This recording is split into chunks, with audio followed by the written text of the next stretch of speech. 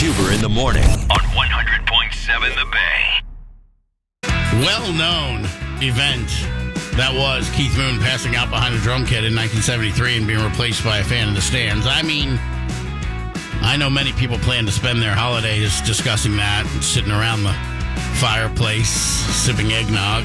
Such a huge part of all of our histories. Yep. Man, I know people who, say, you've heard of like BC and AD? That's how they use that event in their lives to, dictate things that happened before Keith passed out and after Keith passed out. Sure do.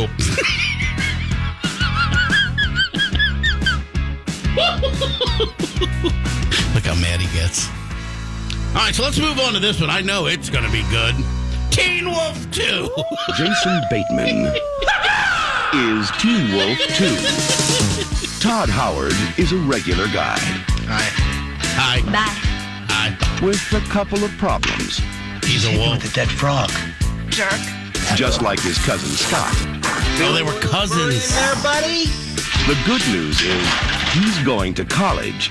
The bad news is He's a he's wolf. going through a few changes. I don't howl. I mean, you don't see any fangs, do ya? I'm a big Jason Bateman fan, but nothing could have saved that film. Nope. So that's one of my favorite studies in all of just Hollywood BS, where I guess they couldn't afford MJ Fox, or he was just too famous at that point to diminish himself to do the sequel to that. So instead of Teen Wolf number 2, it's Teen Wolf TOO, as in also a Teen Wolf. And was the first one so popular that it demanded a sequel? I guess. I guess enough. I mean, it's part of it. I'll tell you, it's a bigger part of pop culture than, say, I don't know, when Keith Moon passed out behind the drum kit and was replaced by a fan. You right. So, man. Are you a Bateman fan? I feel like he's your, spirit animal with his sarcasm and stuff. Give me a year. Why are you so mad? Jason Bateman's okay. I like his older stuff. Like, you could really tell he hasn't dialed in his Jason Bateman-ism in this movie. It's all kind of high-pitched voice. It's just not as good as any of his older roles. His older roles are so deadpan, and it's beautiful humor. I do love me some Jason Bateman. If you haven't yet, I have something for you for the weekend. It is called, oh my God, what is it called? Bad Words. Have you seen this? Yes. Where he enters a spelling bee with middle schoolers. Amazing movie. So good. I love it so much. And then Lex from Baltimore, Arrested Development was fantastic. And I just watched one when I was away with him and Ryan Reynolds, where it's like Freaky Friday, only updated. And he's fantastic in that, too. But like you said, he much like Vince Vaughn, much like Will Ferrell, is just kind of, even Adam Sandler, they're just themselves in every movie, but I don't care. Just put that in a different setting and I'm down every time. What are you thinking year-wise for this? It's got to be the 80s, right? Well, if you actually read the story, you would have some context clues. Let me see. Reading the story. Okay, we'll give it a shot this time. The anticipated sequel to the 1985 classic, a comedy about a college student who discovers he carries family genes that turn him into a werewolf. At first, he's horrified, but eventually he learns to use his supernatural agility and strength to his advantage. Now, in the MJ Fox one, he played basketball. Does Bateman play a sport in this one? I don't know that I've seen it. He's a boxer. Of course he is. Oh, I remember all my friends who were on the high school boxing team. Where does that even come from? It's college. The college boxing team? Yeah. It says a comedy about a college student who Well, he could discovers. be on his way to college, I guess. Could be. Yeah. No, that's not how the story goes.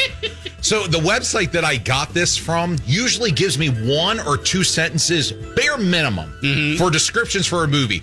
I've seen things, a Michael J. Fox movie, Back to the Future, and that's it. Right. This is a whole paragraph on Teen Wolf 2. Like, they're trying to sell me on watching this movie. Teen Wolf 2. Big thank you to nobody for coming in and helping me out here. So what did we learn? The Keith Moon story was actually pretty good. was. He got significantly more answers than Teen Wolf 2. You guys weren't watching Teen Wolf 2. This is why we don't do fake facts. Teen Wolf TOO, by the way. Maybe that's the confusion. That's why they're Googling Teen Wolf number 2. And that's messing them up. I mean, the first one came out in 85. I'm just going to go flash forward 2 years and go 87 just as a rando guess.